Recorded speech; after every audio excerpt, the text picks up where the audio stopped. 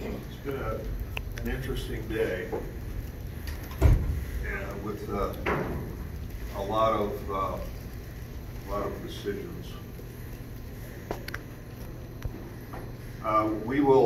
We are announcing today that beginning with tomorrow's tournament games, we will be implementing limited access. What that means for our teams is they'll have access to 125 tickets. They'll be ticketed game by game, and we'll clear the venue after each game.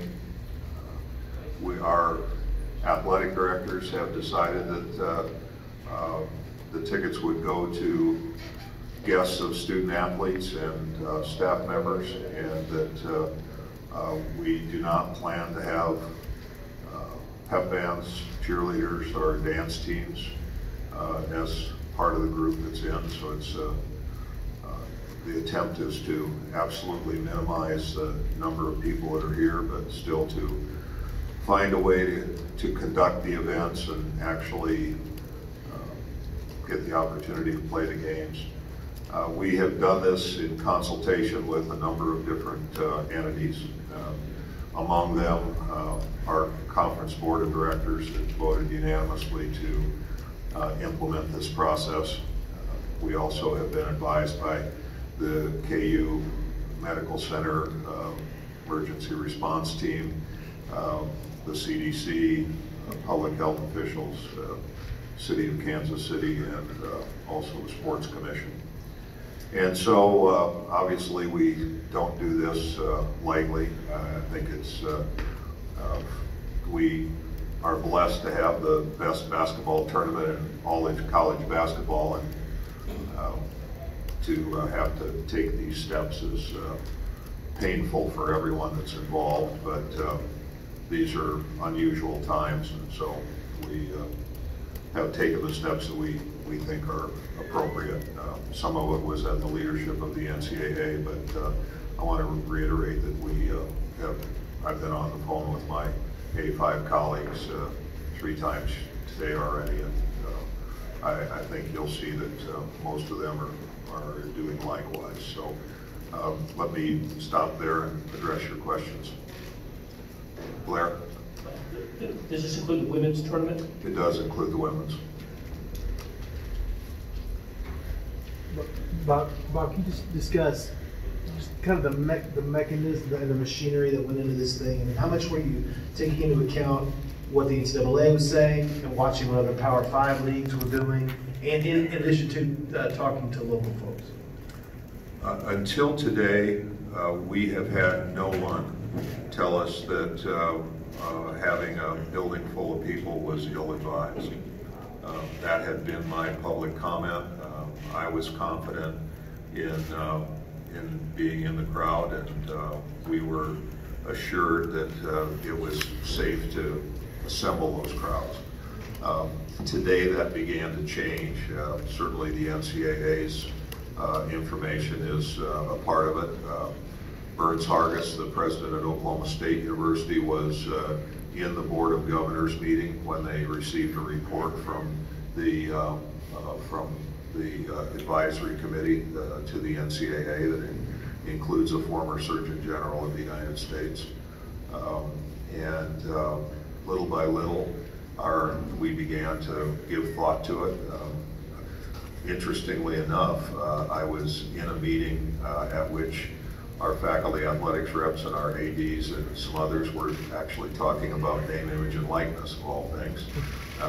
Those tend not to be real cheery meetings, and yet it got worse by the time we got finished with it. So it's been a process that's been going on since about noon, and most recently I just got off another A5 call about 20 minutes ago.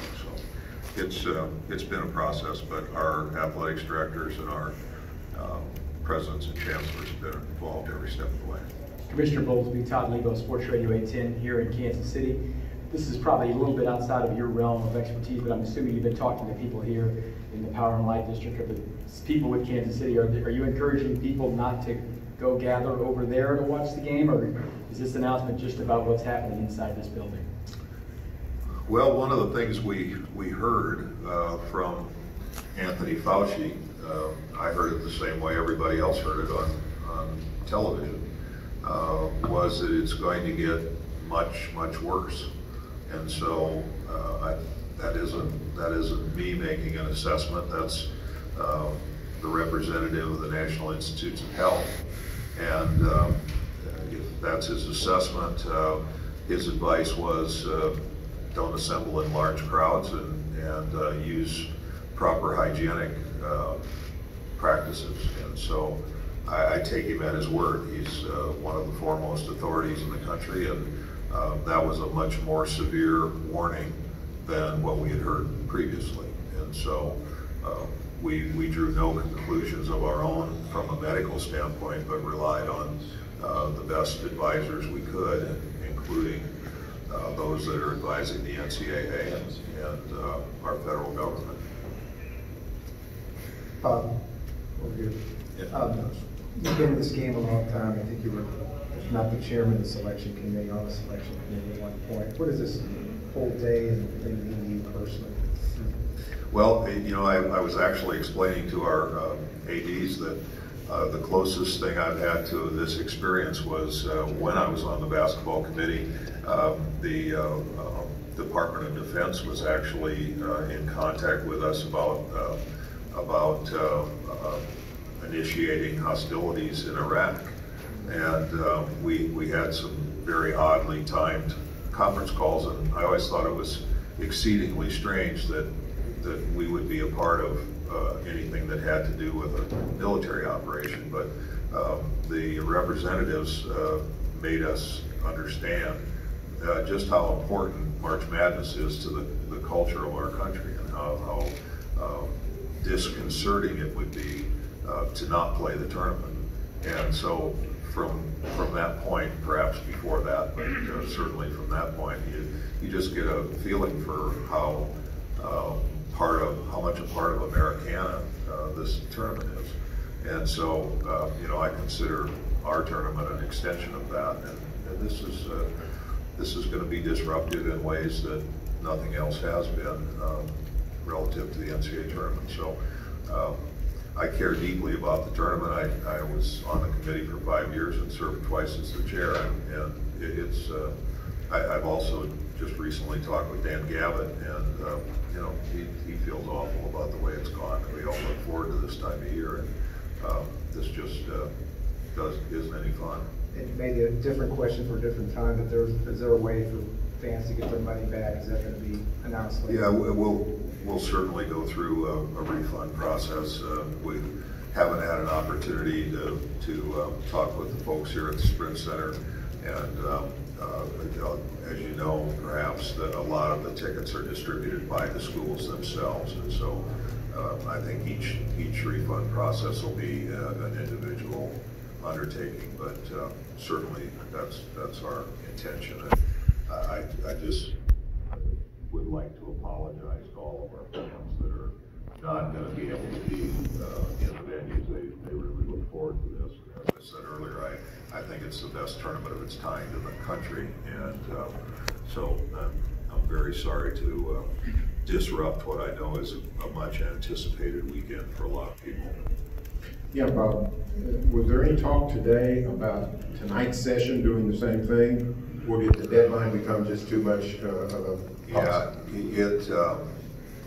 I took a little bit of a leap, I guess probably personally, because it was a little after 4 when I got done with one of the conference calls, and I asked Jeff to contact our colleagues at the building, and we were going to open it at 4:30, I think, and we asked them to hold off on it for a while because we actually were considering whether that was a practical thing. And in the end, while it is a large gathering of people, we felt like the disruption and people that were already here and parked and outside the venue and might be, it just might be more dangerous to not go forward with it. And so in the interest of trying to manage it as efficiently as we possibly could,